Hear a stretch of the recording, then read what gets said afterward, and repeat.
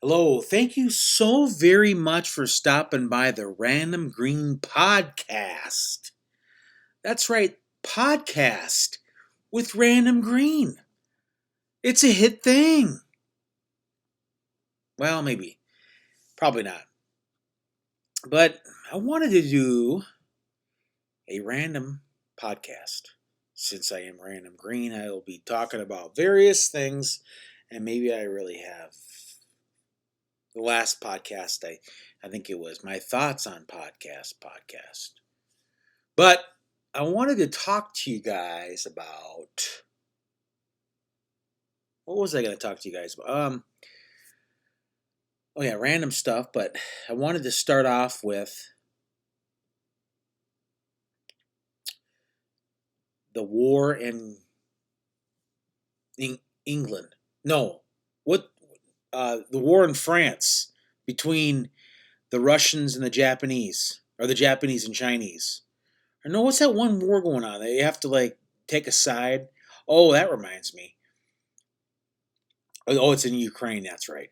But one extreme to the other. We live in a world where everything has to be about politics. Why? Why does everything have to be about politics? It doesn't make any sense.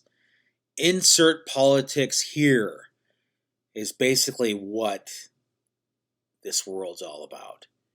You have to have this viewpoint. If you're this one, then you're this, and everything's just flip flop backwards. You know, honestly, it doesn't make any sense. But it's not surprising.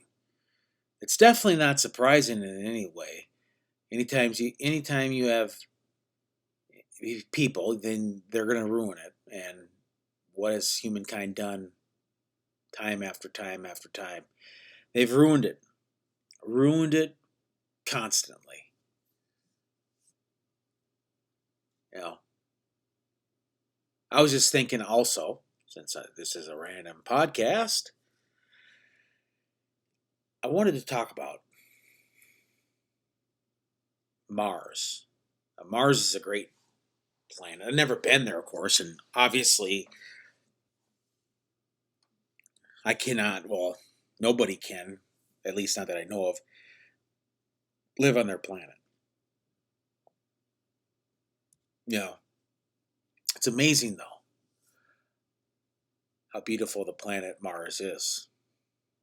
And planet Earth, of course, but, you know, I don't think there's going to be a time when we go, at least in my lifetime, that, even if I make it to 100, which, wow, doubt that. Very much so. Um, Even if I would live to be 100, I don't think I'd see colonization on the planet Mars from the Earth, Earth people, Earth individuals. I just think it's not feasible. It's not logical to have humans go to Mars and actually colonize it. Now, I could see in my lifetime someone. I don't even see. I don't even see anybody going there. Honestly, to take a trip. I mean, it takes 9 months to get there at the space, fastest space agency, or the fastest, like NASA is one of the best space agencies out there. Now, India, they just landed on the south pole of the moon for the first time. They went to the South Pole. I think it might have been people, I think. Anyway, but they landed on the South Pole, and, you know, it all goes back to money, too. It's hard to get back. There's money that's involved, but also just resources. You think about resources. It's crazy how uh, I did a video a while back about having, well, actually, not that long ago, about how do we solve major sporting events from getting canceled.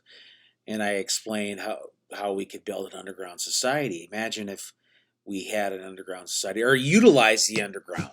We don't even occupy. We haven't even 10% of the ocean we haven't even have only discovered. You know, it's just it's crazy how that works out, and yet we want to occupy Mars, or we want to live in Mars. We want to colonize it as a species. It's not going to happen in my lifetime or our lifetime. You're listening to this. It's not going to happen. It would be nice to think so. At least even again sending out people, sending individuals to Mars. But the thing is, you would have to come back right away. You'd be gone away, and then you think about how long it would take. They say 7 to 9 months, but then we don't even know stuff about. Now we have a new planet that we have. It's in the solar system, the potential Earth-like planet in our own solar system, and that we want to colonize. I think it's interesting that we landed on the moon. But it's a big difference when you just go 238,900 miles or whatever, however the distance the moon is, you know, versus wanting to go to Mars that's over hundreds of millions of miles away.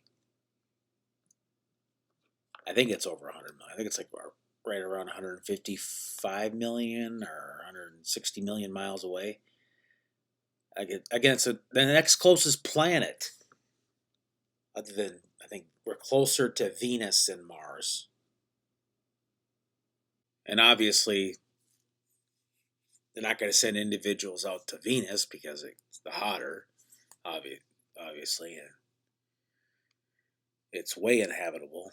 So Mars is the next, again, planet over, of course, after Venus. Okay.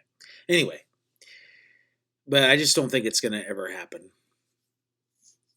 As far as even sending someone to Mars and come back, it's just not going to happen. Now, again, it definitely could. So, but there's a lot of things that need to be fixed before that even happens. All right, this is I think day 2 or 3 of this. So, yes, this is not all. This is not done in all in one day. This podcast, or so-called podcast, anyway. But I wanted to mention about. I think it was on Mars, about going to Mars, about how it's going to be hard to go to Mars, but